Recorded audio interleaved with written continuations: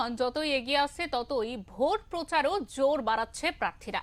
হুগলি জেলার সপ্তগ্রাম বিধানসভা তৃণমূল কংগ্রেসের প্রার্থী প্রাক্তন ফুটবলার বিদেশ বোস সকাল থেকেই প্রচার শুরু করেন তিনি। বাঁশবেড়িয়া পুরসভার ২১ নম্বর ওয়ার্ডের ত্রিবেণী কালীতলা বাজার থেকে তিনি পায়ে হেঁটে প্রচার শুরু করেন এদিন। দলীয় কর্মীদের সাথে ব্যবসায়ীদের সঙ্গে পরিচয় পর্ব করার পাশাপাশি পাড়ায় ঘুরে প্রচার সারলেন তিনি। প্রচারের মাঝে কোথাও হাত জোর করে, আবার কোথাও হাত নেড়ে, আবার কোথাও মহিলাদের রান্না করে দেখে রান্না করতে দেখা গেল তাকে। এছাড়া উপস্থিত ছিলেন এই ওয়ার্ডের কাউন্সিলর রীতা দাস, প্রাক্তন কাউন্সিলর কেশব দাস, বাঁশবেড়িয়ার শহর তৃণমূল কংগ্রেসের সভাপতি রঞ্জিত সরকার সহ স্থানীয় নেতৃত্বরা। এদিন তৃণমূল প্রার্থীকে প্রশ্ন করা হলে তিনি বলেন, ফুটবলারদের শুধু মাঠে লড়াই এছাড়া অন্য কোনো লড়াই নয়, গোল আমরা করবই, তবে জেতার জন্য তিনি আশাবাদী।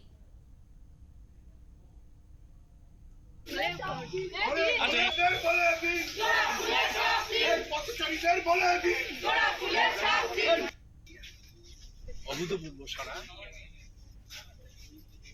আজকে দিদির জন্য যে উন্নয়ন, সেই উন্নয়নের জন্য মানুষ স্বতঃস্ফূর্তভাবে এগিয়ে আসছেন এবং তারা যখনই শুনছেন যে আমাদের তৃণমূল কর্মীরা তাদের বাড়ির সামনে এসছে, সঙ্গে সঙ্গে তারা বেরিয়ে এসে দুহাত তুলে আশীর্বাদ করছেন আমাকে এবং বলছেন কোনো চিন্তা নেই, আমরা আছি, দিদির পাশে আমরা সবসময় আছি, থাকবো। ৯৭টা প্রতিশ্রুতি তো পালন হয়ে গেছে, এরপরে নতুন আবার চিন্তা ভাবনা করছেন দিদি। আর আমার বক্তব্য হচ্ছে যে আমি মানুষের পাশে থাকবো, মানুষ যখন চাইবে তখন আমাকে।